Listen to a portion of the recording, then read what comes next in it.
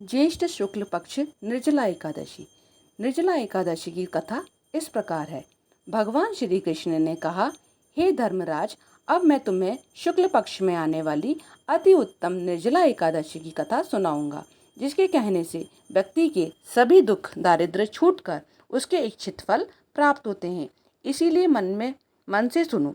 एक बार भीमसेन ने वेद व्यास जी से प्रार्थना की कि मेरे भाई पांडव, मेरी माता कुंती और मेरी पत्नी हमेशा मुझे एकादशी व्रत करने के लिए आग्रह करते रहते हैं, लेकिन मेरे पेट में ब्रह्म नाम अग्नि का निवास होने से मेरे को हर समय भूख रहती है और उसको शांत करने के लिए मैं कुछ न कुछ खाता पीता रहता हूँ। इसीलिए मैं भूखा रहकर कोई व्रत नहीं कर सकता।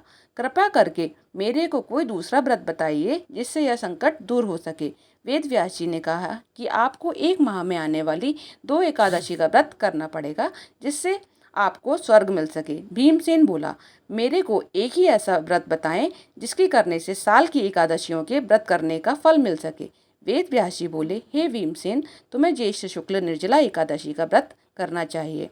इस व्रत के करने वालों को काम, क्रोध, लोभ, मोह, छल, कपट, हिंसा और अभिमान का त्याग कर देना चाहिए।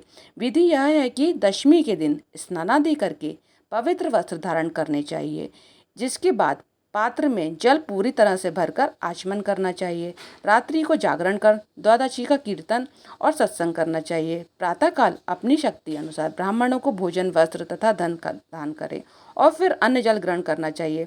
इस प्रकार विधि पूर्वक निर्जला एकादशी का व्रत करने से तुम सब संकटों से छूटकर वीरों में श्रेष्ठ कहलाओगे। भीमसेन ने वेद व्यास की कथा अनुसार निर्जला एकादशी का व्रत किया और ब्राह्मणों को भोजन तथा इच्छा अनुसार दान दिया, जिसके प्रभाव से वे संकटों से छूटकर वीरों में श्रेष्ठ वीर कहलाए और सब सुखों को प्राप्त हुए। इस एकादशी को निर्जला एकादशी के साथ साथ भीमसेन एकादशी भी कहा जाता है।